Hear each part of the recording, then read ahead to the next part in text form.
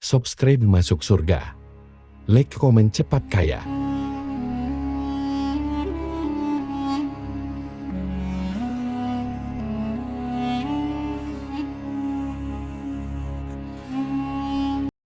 Assalamualaikum warahmatullahi wabarakatuh. Para pemirsa YouTube sekalian, pada kesempatan hari ini saya akan membahas terkait dengan Nabi Sulaiman alaihissalam.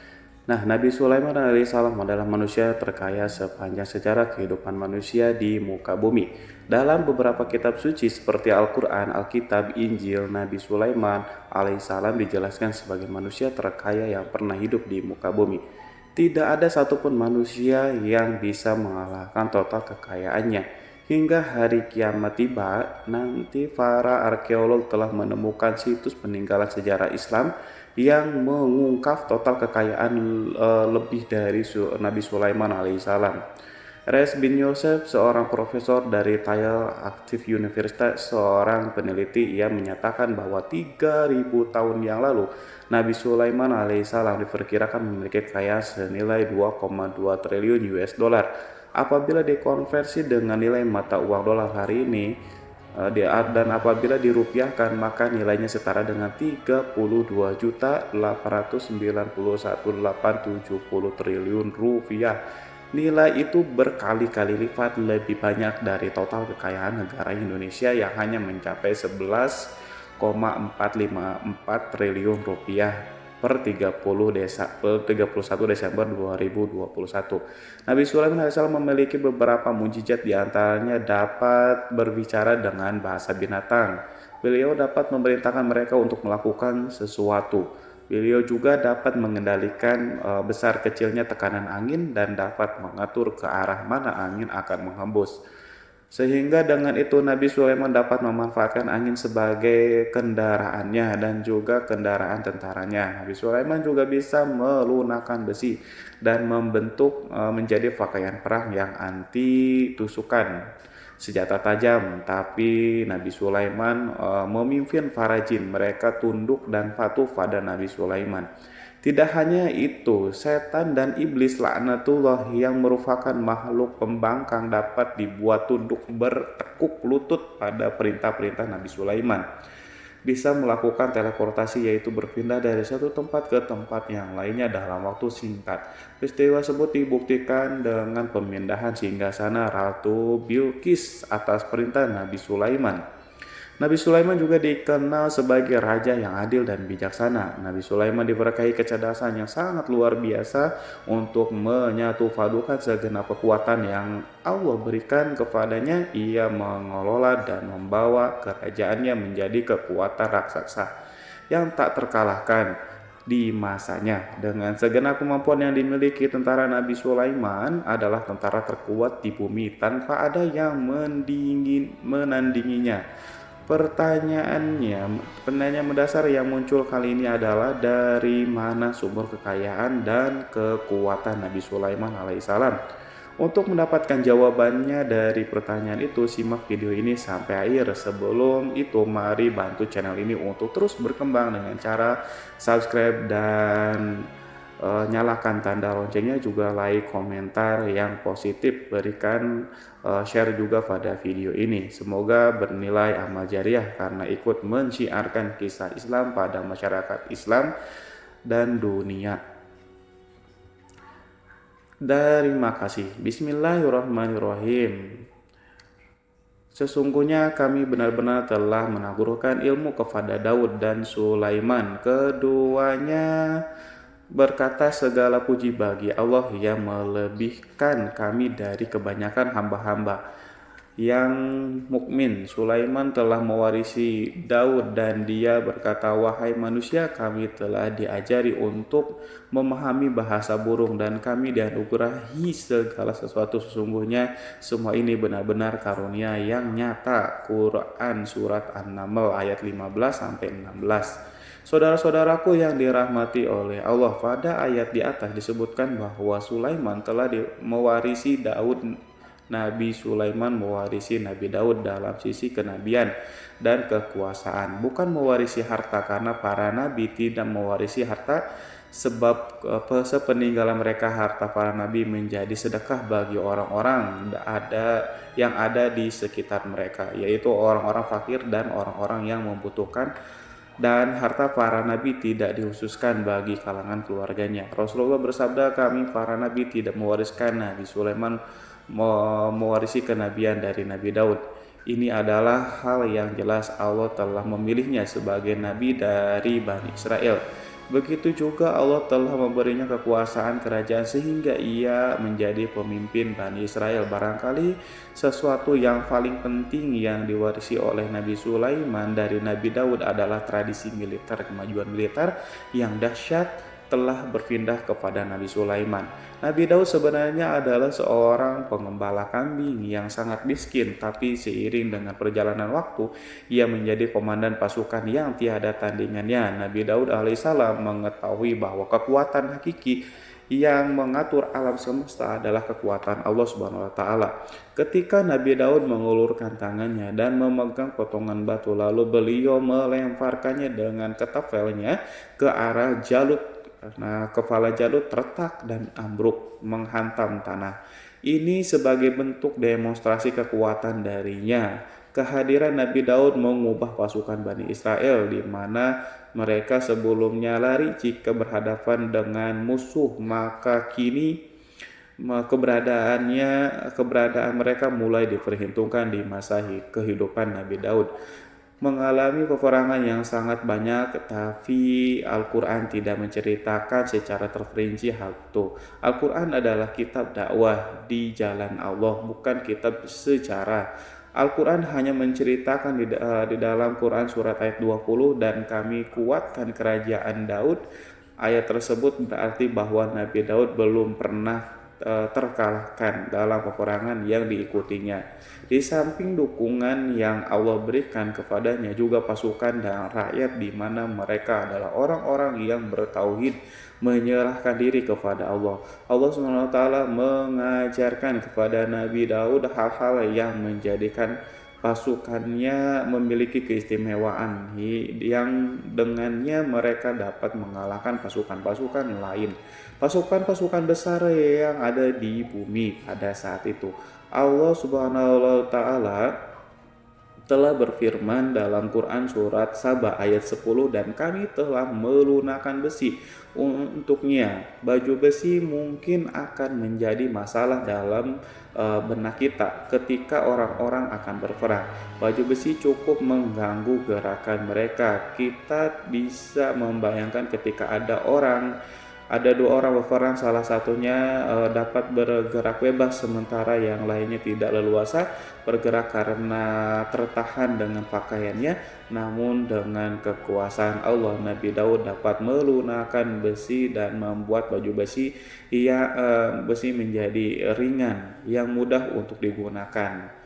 Ini adalah kemajuan penting yang Allah berikan kepada Nabi Daud dan tentaranya. Kemajuan itu kemudian diajarkan dan diwariskan dan dimiliki oleh Nabi Sulaiman alaihissalam. Nabi Sulaiman memiliki pasukan yang dahsyat yang melebihi pasukan manapun di bumi saat itu, atau bahkan mungkin saat ini. Bahkan Allah menambahkan karunia-Nya kepada Nabi Sulaiman yang disebutkan dalam Quran surat An-Naml ayat 16, dan Sulaiman telah mewarisi Daud, dan dia berkata, wahai manusia, kami telah diberi pengertian tentang suara burung, dan kami diberi segala sesuatu. Sesungguhnya ini benar-benar sesuatu karunia yang nyata. Saudara-saudaraku yang dirahmati oleh Allah, pada suatu hari Nabi Sulaiman alaihissalam mengangkat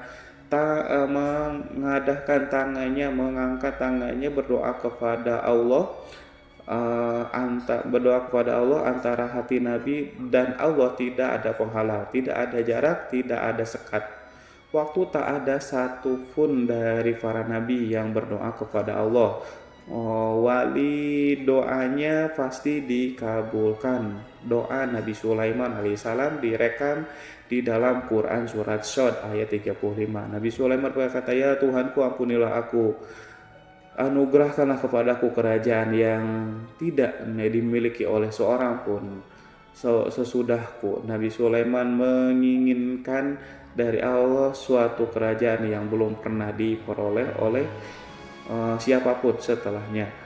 Allah Subhanahu wa taala mengabulkan doa Nabi Sulaiman dan memberinya kerajaan tersebut. Nabi Sulaiman mewarisi kekuasaan, kenabian, hikmah, ilmu dari Nabi Daud alaihissalam. Orang-orang menyebutnya Sulaiman al-Hakim, Sulaiman yang bijaksana. Kebijaksanaan Nabi Sulaiman tidak terbatas pada keadilannya di tengah-tengah manusia yang juga kasih sayangnya kepada mereka. Namun kebajikan Nabi Sulaiman juga berlaku di kalangan burung dan binatang lainnya.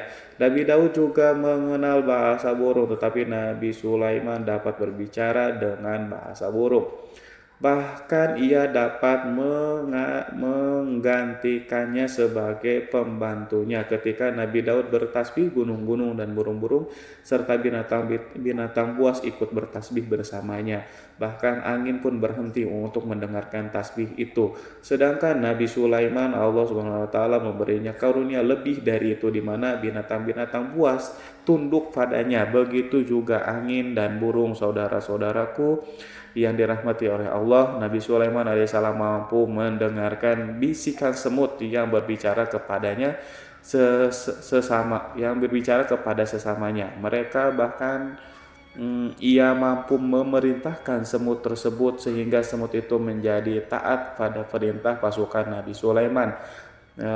Nabi Sulaiman memiliki kekuatan yang sangat dahsyat di dunia. Belum pernah ada di dunia ini satu pasukan pun yang memiliki kekuatan seperti itu. Kekuatan Nabi Sulaiman berasal dari beberapa kombinasi yang sangat mengagumkan, sehingga karenanya ia tidak dapat tertandingi. Kekuatan itu terdiri dari manusia, binatang, jin, dan lain-lainnya.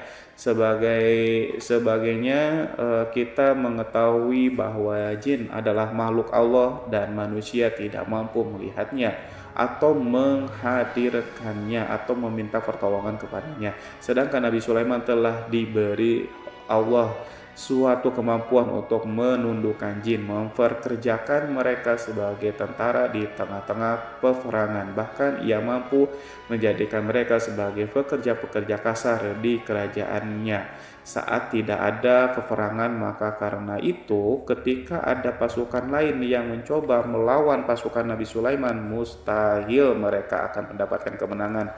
Bahkan pasukan Nabi Sulaiman diperkuat oleh burung-burung di pasukan Nabi Sulaiman memerankan tugas penting, yaitu menjadi agen intelijen.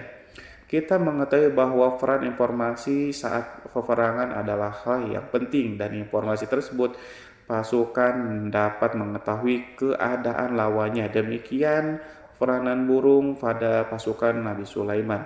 Ia terbang di tengah-tengah musuh, kemudian ia kembali pada Sulaiman untuk menyampaikan berita tentang keadaan lawannya. Di samping itu, di samping jin, burung Allah juga menundukkan angin untuk Nabi Sulaiman. Nabi Sulaiman dapat memerintahkan angin dan ia mampu untuk menaiki angin tersebut bersama tentaranya. Di dalam Quran surat Shad ayat 36-40 Allah SWT berfirman, "Kami tundukkan kepada angin yang berhembus dengan baik menurut kemana saja yang dikehendaki Sulaiman, dan kami tundukkan pula kepadanya setan-setan, semuanya ahli bangunan dan penyelam, dan setan yang lain yang terikat dalam belenggu. Inilah anugerah kami, maka berikanlah kepada orang lain atau tahanlah untuk dirimu sendiri dan dengan tiada pertanggungjawaban, dan sesungguhnya dia mempunyai kedudukan yang dekat pada sisi kami dan tempat kembali yang baik." Saudara-saudaraku yang dirahmati oleh Allah, juga memberikan kemampuan yang tak seorang pun dari para nabi mendapatkannya, yaitu kemampuan untuk memerintahkan setan. Setan adalah satu bagian dari jin. Ia adalah kelompok yang celaka dari bangsa jin. Kelompok ini sebenarnya tidak mampu dikuasai oleh manusia, bahkan jin yang saleh tidak dapat mengatur setan. Adapun Nabi Sulaiman, Allah telah memberinya kekuasaan untuk menundukkan setan dan memperkerjakannya. Mereka bahkan mengikatnya dengan rantai serta menghukumnya jika ia menentang pada perintah setan. Membangun untuk Sulaiman istana-istana dan patung-patung dan alat-alat perang. Bahkan setan-setan itu menyelam di dasar laut untuk mengeluarkan permata dan yakut untuk Sulaiman. Jika ada di antara setan yang menentang perintahnya, maka Nabi Sulaiman alaihissalam mengikatnya dengan rantai. Ini semua menunjukkan kekayaan Nabi Sulaiman dan kekuasaan di mana ia mampu mengatur banyak makhluk di bumi ini. Tentu saja kemampuan itu semuanya adalah atas izin atau kehendak dari Allah Subhanahu wa taala. Sebagai mukjizat dari Allah Subhanahu wa taala berfirman dalam Quran surat Saba ayat 12, dan sebagian dari jin ada yang bekerja di hadapannya di bawah kekuasaannya dengan izin Tuhannya, dan siapa yang menyimpang di antara mereka dari perintah kami, maka kami rasakan kepadanya azab neraka yang apinya menyala-nyala. Para jin itu membuat untuk Sulaiman apa yang dikehendakinya dari gedung-gedung yang tinggi dan patung-patung dan piring-piring yang besarnya seperti kolam atau periuk yang tetap berada di atas tungku. Saudara-saudaraku yang dirahmati oleh Allah, Nabi Sulaiman yang bijaksana adalah penguasa yang tak tertandingi di muka bumi ini. Meskipun memperoleh nikmat-nikmat khusus yang agung itu yang Allah berikan kepada Nabi Sulaiman, beliau tetap menunjukkan dirinya sebagai manusia yang paling banyak berzikir kepada Allah dan manusia yang paling banyak bersyukur di zamannya. Saudara-saudaraku yang dirahmati Allah, sebagaimana Allah Subhanahu wa taala telah memberikan nikmat kepada kepada ayahnya Nabi Daud alaihissalam, di mana ia mampu melunakkan besi dan Allah mengajarinya bagaimana cara mencairkan besi, maka Nabi Sulaiman alaihissalam dapat memanfaatkan tembaga yang cair untuk peperangan. Dan juga di saat perdamaian, pada saat peperangan beliau mencampur tembaga dengan besi dan membuat darinya perunggu. Mereka menggunakan senjata-senjata perunggu dalam peperangan seperti pedang, baju besi, dan juga pisau. Senjata-senjata ini adalah senjata yang paling kuat di saat itu. Sedangkan di saat damai, tembaga digunakan untuk membuat bangunan, perhiasan, dan sebagainya. Meskipun Nabi Sulaiman mendapatkan banyak nikmat yang besar ini dan karunia yang khusus, Allah Subhanahu wa taala mengujinya dengan suatu ujian yang dahsyat, ujian yang akan selalu datang kepada seorang hamba yang saleh. Ketika hamba itu mendapatkan kedudukan besar, maka ujiannya pun menjadi besar. Allah Subhanahu wa taala menguji Nabi Sulaiman dengan penyakit. Saudara-saudaraku, ujian yang dialami Nabi Sulaiman diceritakan oleh Fakhrur Razi Sulaiman, diuji dengan suatu penyakit yang keras, di mana bahkan saat itu tidak mampu mengatasi sakitnya Nabi Sulaiman karena saking kerasnya, sehingga para dokter dari kalangan manusia dan jin tidak mampu menghilangkan penyakit itu. Lalu burung-burung menghadirkan rumput-rumput yang dianggap sebagai obat, tetapi Nabi Sulaiman tak kunjung sembuh. Semakin hari penyakit Nabi Sulaiman semakin menjadi-jadi, sehingga ketika Nabi Sulaiman duduk di atas kursi, ia duduk bagaikan tubuh tanpa roh, seakan-akan ia mati karena saking kerasnya penyakitnya. Sakit yang diderita oleh Nabi Sulaiman alaihissalam berlangsung sangat lama, namun Nabi Sulaiman tidak berhenti-hentinya berzikir kepada Allah yang meminta kesembuhan kepada Allah, serta peristiwa pada Allah dan mengungkapkan rasa cinta kepadanya. Selesailah ujian Allah terhadap hambanya Nabi Sulaiman alaihissalam. Beliau pun sembuh. Ini Nabi Sulaiman merasakan kembali kesehatan setelah ia mengetahui segala kejayaan dan segala kekuasaan serta segala kebesarannya tidak lagi mampu menghilangkan penyakit yang dideritanya. kecuali jika Allah menghendakinya. Saudara-saudaraku yang dirahmati oleh Allah, Nabi Sulaiman telah membangun tempat ibadah, tempat sujud sehingga manusia menyembah Allah di dalam rumah itu, menunjukkan keunggulan seni arsitektur dan seni fahat.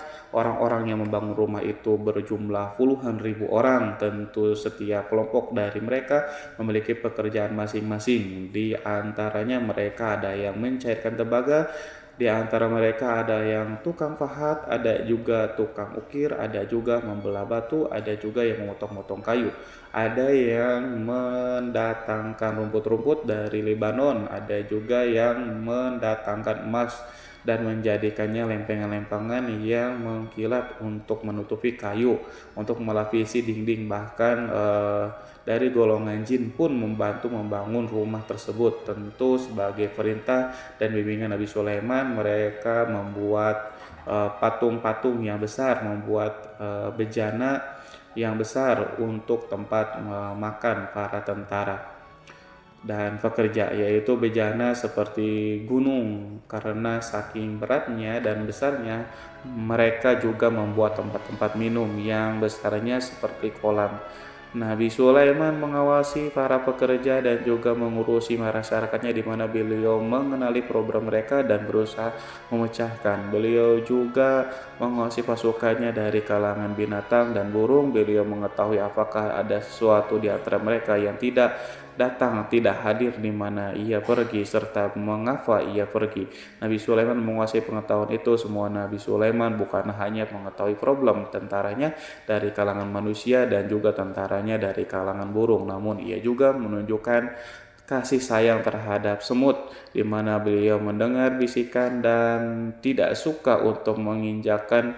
Nabi Sulaiman selalu menundukkan kepalanya ke bumi sebagai bentuk rasa rendah diri dan syukur kepada Allah Subhanahu wa taala. Pada saat itu, hari Nabi Sulaiman berjalan di depan tentaranya dan tiba-tiba ia mendengar suara semut yang berkata kepada teman-temannya dari kalangan semut, yaitu terekam dalam Al-Quran surat An-Nahl ayat 18 sampai 19. Wahai semut, semua masuklah ke dalam sarang-sarangmu agar kamu tidak terinjak oleh Sulaiman dan tentaranya, sedangkan mereka tidak menyadari. Nabi Sulaiman alaihissalam tersenyum mendengar itu, berarti ia berdoa, ya Allah Tuhanku, berilah aku ilham untuk tetap mensyukuri nikmat-Mu yang telah Engkau anugerahkan kepadaku dan kepada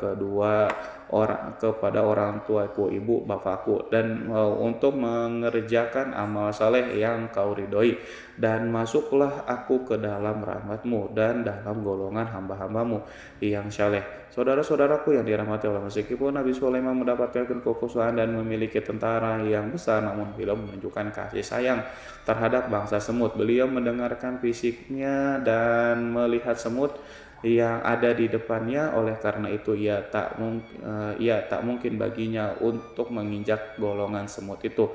Nabi Sulaiman bersyukur kepada Allah yang telah memberinya nikmat itu, yaitu nikmat rahmat dan kasih sayang. Di samping itu, Nabi Sulaiman alaihissalam adalah orang yang paling kaya di dunia. Istananya terbuat dari kayu gaharu yang memiliki bau dan harum.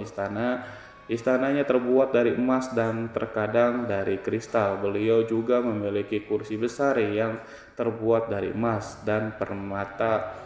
Istana Nabi Sulaiman merupakan istana yang paling besar di dunia. Nabi Sulaiman menggunakan pakaian dari emas dan permata. Meskipun demikian, Nabi Sulaiman tetap menunjukkan sebagai hamba yang berserah diri dan rendah diri di hadapan Allah Subhanahu wa taala dan sederhana di depan manusia. Nabi Sulaiman yang merendahkan dirinya di hadapan Allah, ia selalu sujud kepada Allah sebagaimana ayahnya yang selalu bertasbih kepada Allah. Nabi Sulaiman selalu melantunkan lagu-lagu cinta ilahi dan hanya memuji Allah Subhanahu wa taala. Pada suatu hari Nabi Sulaiman mengeluarkan perintah kepada pasukannya untuk bersiap-siap. Kemudian Nabi Sulaiman keluar dan memeriksa pasukannya satu demi satu. Pasukannya diteliti. Kelompok yang pertama adalah kelompok manusia. Nabi Sulaiman memperhatikan kesiapan mereka, lalu Nabi Sulaiman mengeluarkan perintah kepada mereka. Kemudian Nabi Sulaiman memeriksa kelompok jin dan menyampaikan perintahnya kepada mereka. Beliau memenjarakan jin yang tampak bermalas-malasan.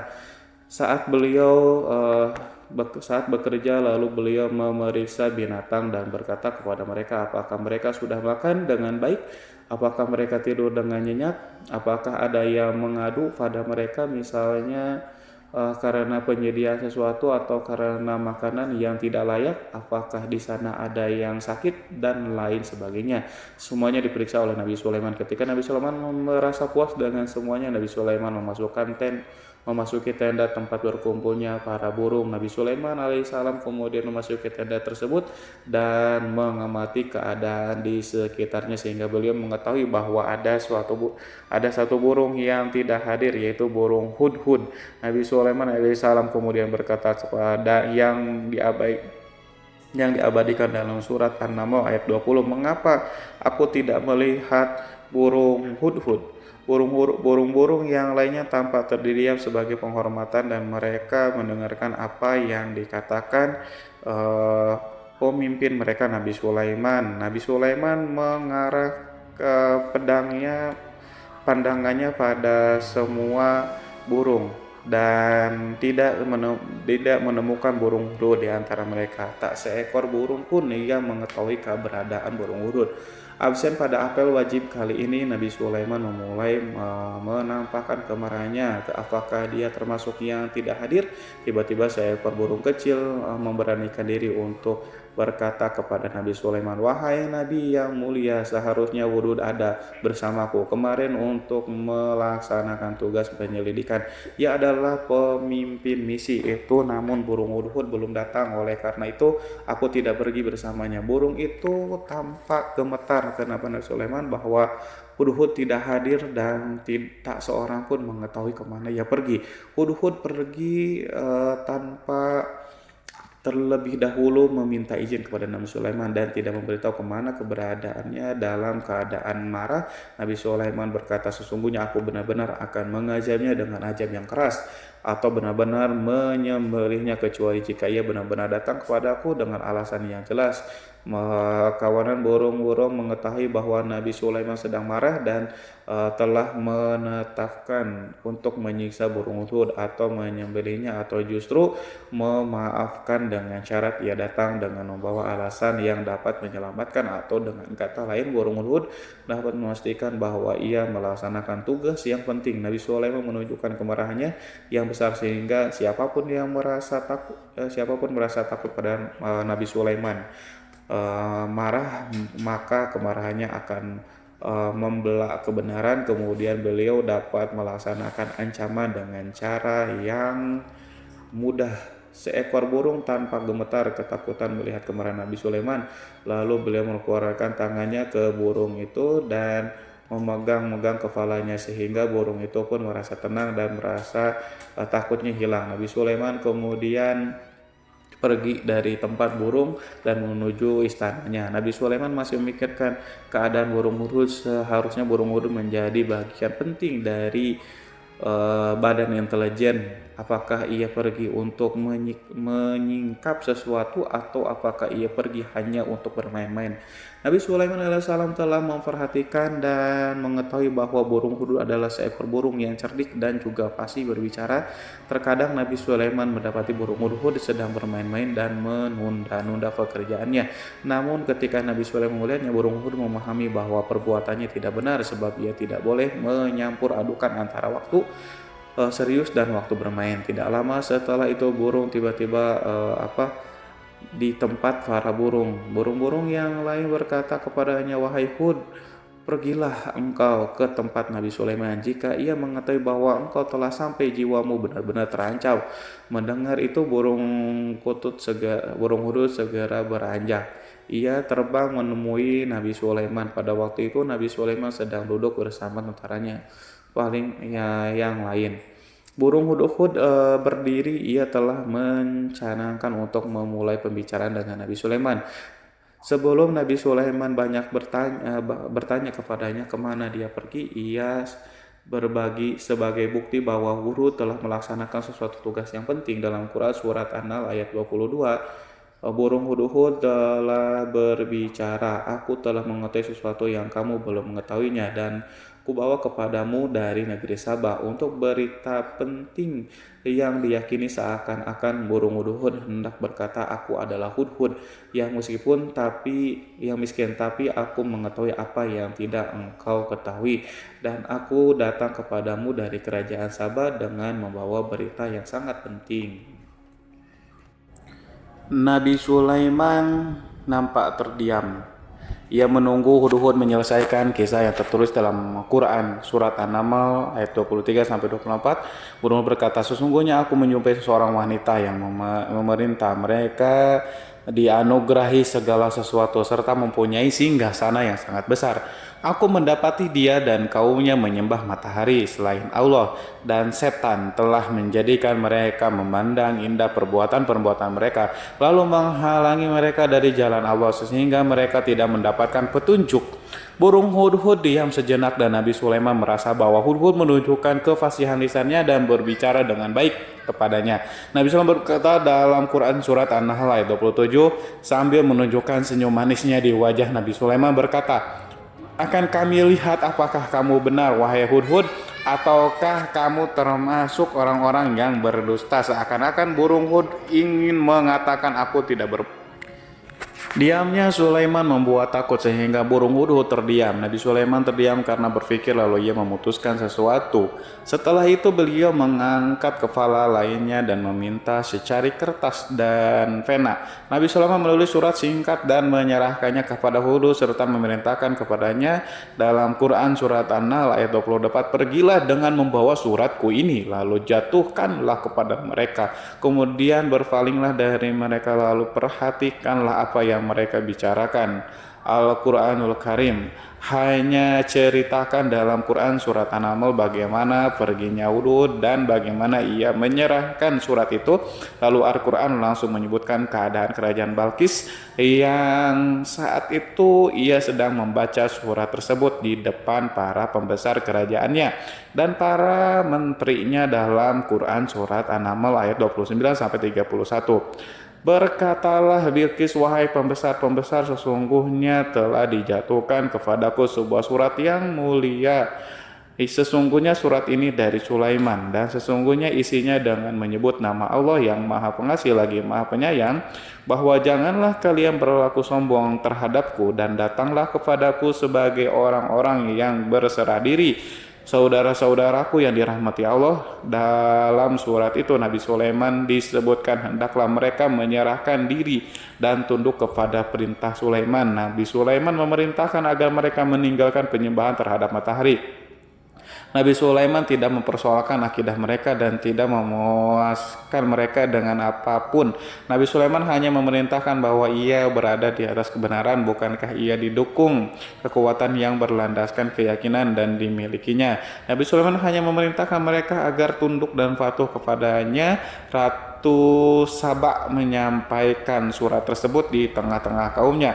Dalam Quran surat An-Naml ayat 32 dijelaskan berkata Bilqis, wahai para pembesar, berilah aku pertimbangan dalam urusanku ini. Aku tidak pernah memutuskan sesuatu persoalan sebelum kamu berada dalam majelisku. Saudara-saudaraku yang dirahmati Allah, para pembesar istana Bilqis menentang surat tersebut. Isi surat itu membangkitkan kesombongan kaum Saba, di mana mereka merasa lebih kuat. Mereka mengetahui bahwa di sana ada seseorang yang mencoba menentang mereka dan mengisyaratkan peperangan kepada mereka. Lalu ia minta kepada mereka untuk memenuhi syarat-syarat sebelum terjadinya peperangan dan kekalahan dalam Quran surat An-Nahl ayat 33. Mereka menjawab, kita adalah orang-orang yang memiliki kekuatan dan juga memiliki keberanian yang sangat dalam. Peperangan dan keputusan berada di tanganmu, wahai rajaku. Maka pertimbangkanlah apa yang akan kamu perintahkan. Saudara-saudaraku yang dirahmati Allah, para pembesar kaum Sabah seakan ingin berkata kita siap untuk melaksanakan perang. Tampaknya ratu itu memiliki kebijakan yang lebih baik dari pembesar kaumnya.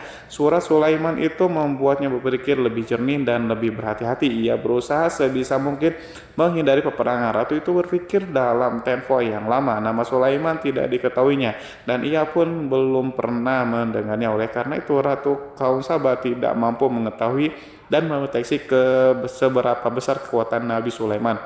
Boleh jadi Nabi Sulaiman memiliki kekuatan yang dahsyat sehingga ia mampu memerangi kekuasaannya dan mengalahkannya. Kemudian ratu memperhatikan apa yang ada di sekelilingnya. Ia melihat kemajuan masyarakat dan juga kekayaannya. Barangkali ia mengira bahwa Nabi Sulaiman iri terhadap kemajuan kekayaan itu sehingga Nabi Sulaiman ingin menyerangnya. Setelah mempertimbangkan isi surat Nabi Sulaiman dengan cermat, Ratu Saba memilih untuk tidak bersikap sombong dan bodoh. Ratu lebih suka untuk menggunakan bahasa kelembutan. Ia mengirim kepada Nabi Sulaiman suatu hadiah yang besar. Ratu mengira bahwa Nabi Sulaiman seseorang yang ambisius, yang boleh jadi ia telah mendengar tentang kekayaan kerajaan Sabah. Para utusan pergi dengan membawa hadiah dari Ratu Saba. Ratu berharap agar mereka dapat memasuki kerajaan Nabi Sulaiman dan akan mengetahui kondisi kerajaan. Saat mereka pulang, Ratu ingin mendengar secara langsung dari mereka tentang bagaimana keadaan kaum Nabi Sulaiman dan pasukannya. Setelah mendapatkan informasi yang cukup, maka Ratu Bilqis dapat membuat sesuatu keputusan yang tepat. Ratu menyembunyikan apa yang terlintas dalam pikirannya, lalu ia berbicara kepada pembesar istananya bahwa ia dapat menyingkapi niat jahat Raja Sulaiman. Lalu cara mengirimkan hadiah kepadanya. Ratu lebih memilih cara tersebut dan menunggu reaksi dari Nabi Sulaiman. Ratu berhasil memuaskan para pembesar istana dan untuk sementara ia menghilangkan ide untuk berperang. Karena para raja jika menyerang satu desa, maka pemimpin desa tersebut adalah orang yang paling banyak mendapatkan kehinaan dan kerjaan. Akhirnya para pembesar kaumnya merasa puas dengan pikiran Ratu Bilqis. Saudara-saudaraku yang dirahmati oleh Allah, dalam Quran surat An-Naml ayat 34-35 dijelaskan, Bilqis berkata, dia berkata sesungguhnya raja-raja apabila memasuki suatu negeri niscaya mereka akan membinasakannya dan menjadikan penduduknya yang mulia menjadi hina, dan demikian pula lah yang akan mereka perbuat, dan sesungguhnya aku akan mengirim utusan kepada mereka dengan membawa hadiah, dan aku akan menunggu apa yang akan dibawa kembali oleh utusan itu. Saudara-saudaraku yang dirahmati Allah, kemudian sampailah hadiah dari Ratu Bilqis kepada Nabi Sulaiman. Para intelijen Nabi memberitahunya bahwa utusan Bilqis datang dengan membawa hadiah. Nabi Sulaiman langsung mengetahui bahwa Ratu Bilqis itu sengaja mengirim orang-orangnya untuk mengetahui atau mendapatkan informasi tentang kekuatannya. Lalu setelah itu ia akan mengambil keputusan atau mengambil sikapnya kepada kerajaan Nabi Sulaiman. Sulaiman segera memanggil semua pasukannya untuk berkumpul.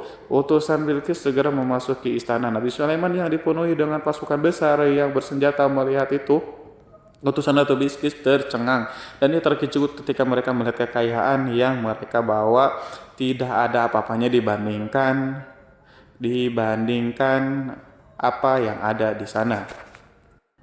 Hadiah mereka tanpa tidak berarti, emas yang mereka bawa tanpa tidak memiliki makna. Saat mereka memasuki istana Nabi Sulaiman yang terbuat dari kayu-kayu pohon gaharu, ia mengeluarkan bau yang harum serta dihiasi dengan emas permata. Para utusan Ratu Bilqis berdiri bersama Nabi Sulaiman dan menyaksikan bagaimana Nabi Sulaiman mengendalikan pasukannya. Kemudian mereka mulai berpikir tentang kekuatan dan kualitas pasukan Nabi Sulaiman.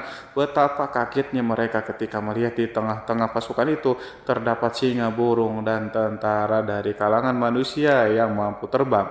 Mereka pun sadar bahwa mereka di hadapan pasukan yang tiada tersaingi. Demonstrasi pasukan Nabi Sulaiman. Kemudian para utusan ratu dipersilahkan maju ke tempat hidangan makanan. Para utusan itu sangat terkejut ketika melihat berbagai macam makanan dari penjuru dunia ada di depannya, dan di antara makanan itu terdapat pula makanan yang biasa ditemukan di negeri mereka, tetapi mereka melihat bahwa makanan itu memiliki rasa yang lebih istimewa. Selain itu, piring-piring yang ada di depannya mereka dan dijadikan tempat makanannya terbuat dari emas, dan mereka dilayani oleh laki-laki yang berhias dengan emas. Ratu mereka pun tidak mengenakan hiasan itu di meja makanan itu. Terdapat burung, ikan laut, dan berbagai macam daging yang mereka tidak mampu lagi membedakan daging apa itu. Nabi Sulaiman tidak makan bersama mereka, tapi beliau makan dengan menggunakan piring yang terbuat dari kayu. Beliau memakan roti yang kering yang dicampur dengan minyak. Inilah makanan yang dipilih Nabi Sulaiman. Makan bersama mereka dalam keadaan diam. Mereka merasa kehadiran Nabi Sulaiman menciptakan suatu wibawa yang luar biasa. Selesai perjamuan itu, makanan itu sudah selesai. Lalu dengan sangat malu mereka menyerahkan hadiah dari Ratu Bilqis kepada Nabi Sulaiman. Hadiah itu berupa emas. Bagi mereka hadiah itu sangatlah bernilai tinggi, tapi di sini hadiah itu tampaklah kecil di hadapan kekayaan Nabi Sulaiman yang sangat mengagumkan. Nabi Sulaiman memperhatikan hadiah ratu itu dan berkata dalam Quran surat An-Nahl ayat 36, maka tatkala utusan itu sampai pada Sulaiman, Sulaiman berkata, apakah patut kamu menolong aku dengan harta? Maka apa yang diberikan Allah kepadaku lebih baik daripada apa yang diberikannya kepadamu, tetapi kamu merasa bangga dengan hadiahmu. Saudara-saudaraku, Raja Sulaiman menyingkap dengan kata-katanya yang singkat itu penolakannya terhadap hadiah mereka. Ia memberitahu utusan itu bahwa ia tidak menerima. Ia memberitahu utusan itu bahwa ia tidak menerima hadiah tersebut. Ia tidak merasa puas dengan hadiah itu. Yang membuatnya puas hanyalah, janganlah kalian berlaku sombong terhadapku dan datanglah kepadaku sebagai orang-orang yang berserah diri. Lalu Nabi Sulaiman berkata kepada mereka, pelan hal itu diabadikan dalam Quran surat An-Naml ayat 33, kembalilah kepada mereka, sesungguhnya kami akan mendatangi mereka dengan bala tentara yang mereka tidak kuasa melawannya, dan pasti kami akan mengusir mereka dari negeri itu, yaitu negeri Sabah, dengan terhina, dan mereka akan menjadi tawanan yang hina. Saudara-saudaraku yang dirahmati oleh Allah, Nabi Sulaiman kemudian meninggalkan para utusan ratu setelah terlebih dahulu mengancam mereka. Para utusan itu mengharap agar lebih Sulaiman mau menunggu kunjungan Ratu Bilqis sendiri yang akan membawa misi perdamaian. Akhirnya sampailah para utusan Ratu Bilqis ke negeri Sabah. Mereka segera menuju ke istana sang ratu. Mereka memberitahu bahwa negeri mereka ada di ujung tanduk. Mereka menceritakan kepada ratu tentang kekuatan Nabi Sulaiman dan tidak mungkin bagi mereka mampu melawannya. Mereka meyakinkan Ratu Bilqis bahwa ia harus mengunjunginya dan melihat sendiri bagaimana kebesaran kerajaan Nabi Sulaiman. Kemudian ratu menyiapkan dirinya untuk pergi menuju kerajaan Nabi Sulaiman dan sudah duduk di kursi kerajaan di tengah-tengah para pembesarnya dan para menterinya serta para komandan pasukan. Beliau berpikir tentang sosok Bilqis. Sulaiman mengetahui bahwa Bilqis menuju tempatnya. Meski dikelilingi rasa takut, Nabi Sulaiman berpikir sejenak tentang bagaimana matahari disembah. Ia memikirkan bagaimana informasi yang diterima oleh intelijennya tentang kemajuan kerajaan Bilqis dalam bidang kesenian dan ilmu pengetahuan. Nabi Sulaiman bertanya kepada dirinya sendiri, apakah kemajuan menjadi penghalang untuk mengetahui kebenaran?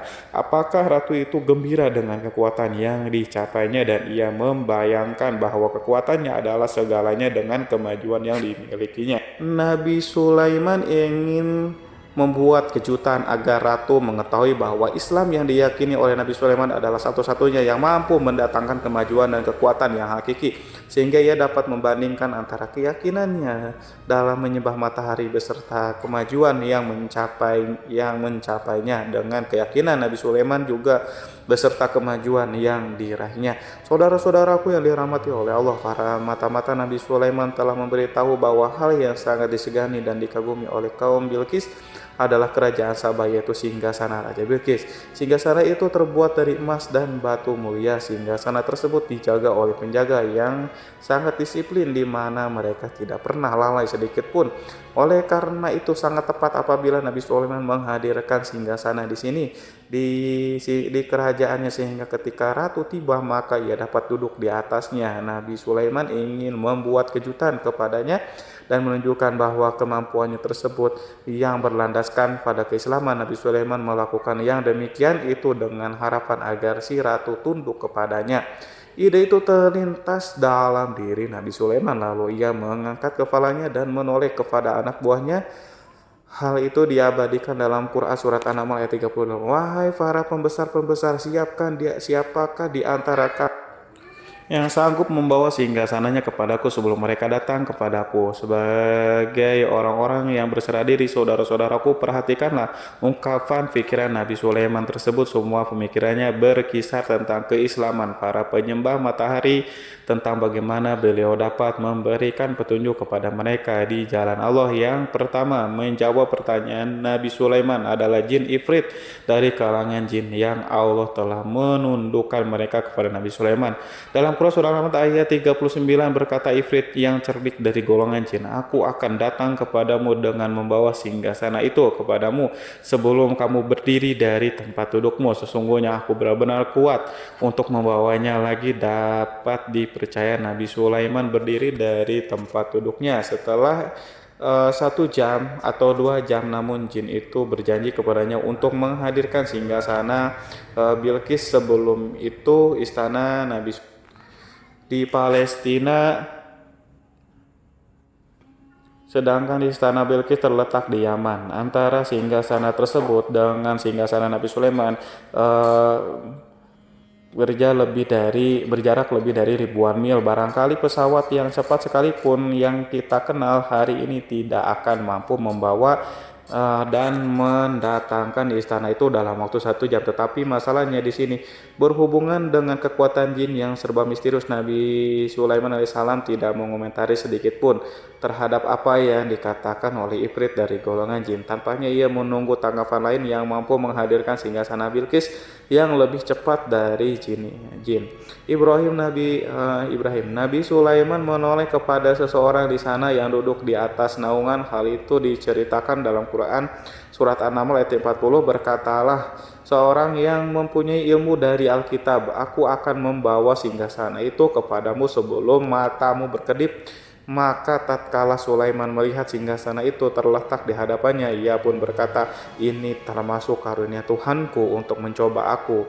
Apakah aku akan bersyukur atau mengingkari nikmatnya? Dan barang siapa yang bersyukur, maka sesungguhnya dia bersyukur untuk kebaikan dirinya sendiri. Dan barang siapa yang ingkar, maka sesungguhnya Tuhanku maha kaya lagi maha mulia.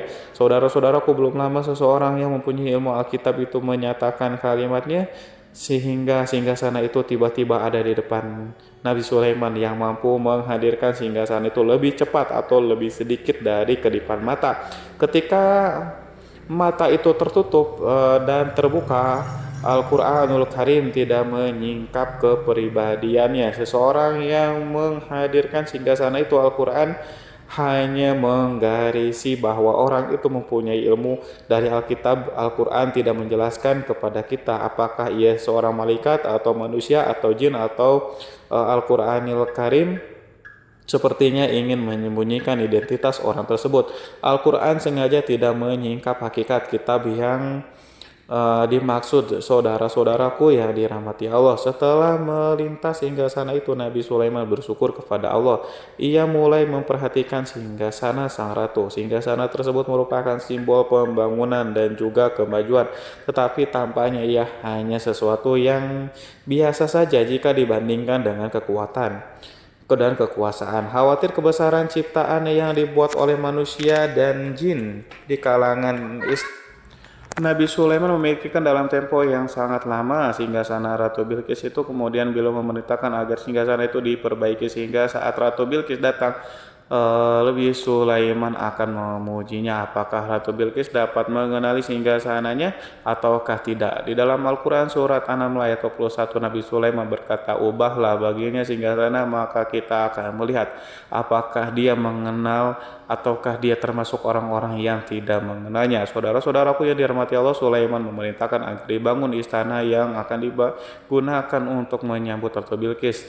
Nabi Sulaiman memilih tempat di laut dan ia memerintahkan agar dibangun suatu istana di mana sebagian besarnya terdiri dari air laut. Nabi Sulaiman memerintahkan agar lantainya itu terbuat dari kaca yang tebal dan kuat, sehingga orang-orang yang berjalan di atas istana itu akan dapat melihat di bawahnya ada ikan-ikan yang berwarna-warni yang berenang-renang, dan mereka akan melihat rumput-rumput laut yang bergerak-gerak. Akhirnya terselesaikan pembangunan istana itu. Saking bersihnya kaca lantai sehingga tampak di sana tidak ada kaca. Burung Hud memberitahu Nabi Sulaiman bahwa Bilqis telah sampai di dekat kerajaannya. Kemudian Ratu Bilqis datang.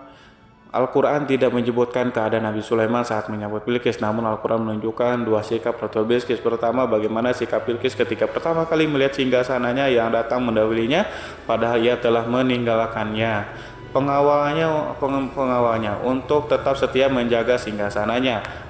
Keadaan kedua adalah keadaan di depan istana yang dibangun untuk penyambutan Ratu Bilqis. Istana penuh dengan permata yang berenang di bawahnya ikan-ikan.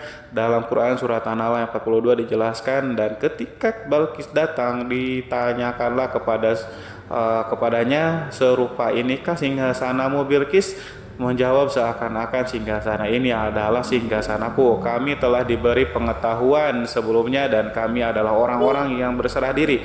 Saudara-saudaraku, pada dialek di atas Bilqis melihat singgasananya dan ia tercengang saat mengetahui bahwa itu adalah singgasana miliknya. Namun ia kemudian mulai ragu karena melihat tidak sepenuhnya itu singgasana miliknya. Jika itu benar-benar miliknya, lalu bagaimana ia datang mendahulinya? Dan bila bukan singgasananya, maka bagaimana Sulaiman dapat meniru sepersis dan seteliti itu, padahal Sulaiman tidak pernah sekalipun pergi ke kerajaannya. Nabi Sulaiman berkata saat melihat Bilqis mengamati singgasananya, apakah ini singgasanamu? Dia sangat kebingungan, namun setelah itu ia menjawab, sepertinya benar. Nabi Sulaiman berkata lagi, kami telah diberi ilmu sebelumnya dan kami sebagai orang-orang muslim saudara-saudaraku yang dirahmati oleh Allah. Melalui pertanyaan itu Nabi Sulaiman ingin mengisyaratkan kepada Bilqis agar ia membandingkan antara keyakinannya beserta ilmu yang dicapainya dengan keyakinan Nabi Sulaiman yang muslim beserta kata pengetahuan yang telah diraihnya penyembahan terhadap matahari dan pencapaian ilmu yang dicapai oleh Bilqis tanpa tidak ada apa-apanya dibandingkan dengan ilmu Nabi Sulaiman dan keislamannya. Nabi Sulaiman telah mendahulunya dengan bidang ilmu karena keislamannya. Karena itu sangat mudah baginya untuk mengungguli Bilqis. Dalam ilmu-ilmu yang lainnya demikianlah yang diisyaratkan pernyataan Sulaiman kepada Bilqis.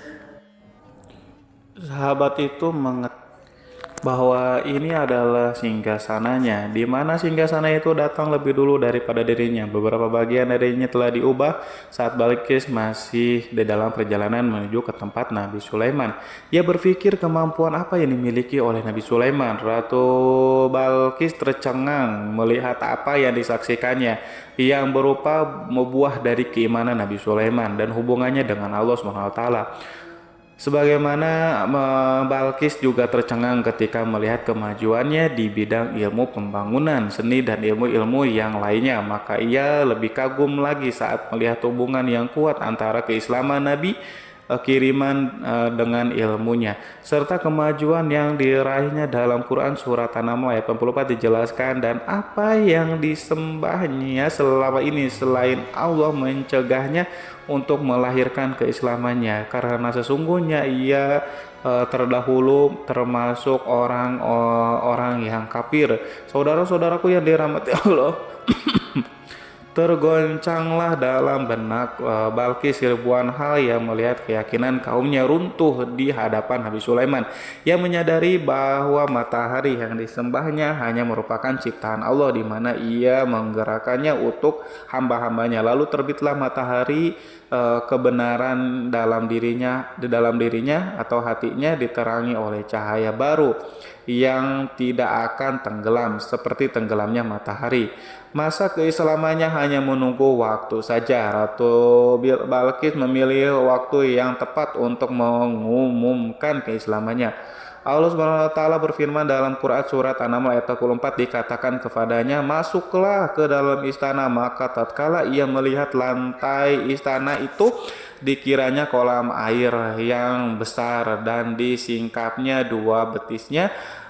Berkatalah Sulaiman, sesungguhnya ia adalah istana licin yang terbuat dari kaca. Berkatalah Bilqis, wahai Tuhanku, sesungguhnya aku telah berbuat zalim terhadap diriku dan aku berserah diri bersama Sulaiman kepada Allah Tuhan semesta alam. Saudara-saudaraku yang dirahmati Allah, dikatakan kepada Bilqis, masuklah ke dalam istana. Ketika ia masuk, maka ia tidak menyaksikan adanya kaca, tetapi ia melihat air sehingga ia mengira akan bersinggungan dengan air laut.